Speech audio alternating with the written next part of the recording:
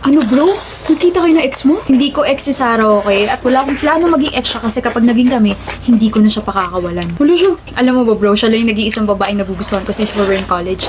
Naalala ko pa nga kung paano ko kausapin yung mga friends niya para lang malaman ko yung mga ayaw at gusto niya. Tsaka, di naman sa pagmamayabang pero crush din ako ni Sarah dati. Delulo ka rin, ano?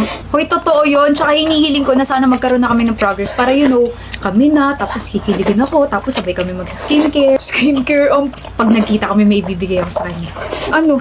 Kasabay ng pagbigay ko sa kanya ng puso ko. Bibigyan ko siya ng self-care package from Kiehl's. As usual, after cleansing your face, use the Calendula toner para ma-lessen yung visible redness, blemishes, and excess oil.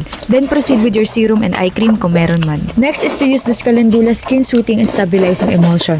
This can make your skin stable while treating your redness. Very lightweight lang and mabilis lang ma-absorb ng skin. Sorry. Sarah? Danny? Long time no see. Saan ka galing? Sa Kiehl's store. May bibilin dapat ako kaso out of stock yung gusto ko eh. Ano nga ulit product yun?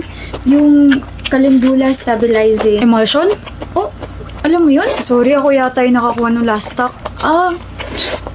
Okay lang. Pero binili ko talaga to para sa'yo. Sa akin? Self-care package from Kiehl's. Alam mo, simula nagkita tayo, hindi ka na nawala sa isip ko. Visit na yan. Tapos, patanungin ko pa lang sana yung friend mo kung saan ka nagtatrabaho, saan ka nakatira kasi ipapadala ko to pero wow, destiny.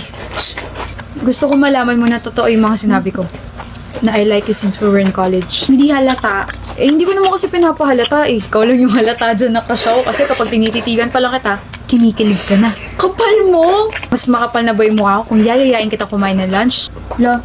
Pangit kasi nung interaction natin before eh. Balik tayo sa umpisa pero ngayon, alam mo na talagang gusto kita. Visit. I'll take that as a yes.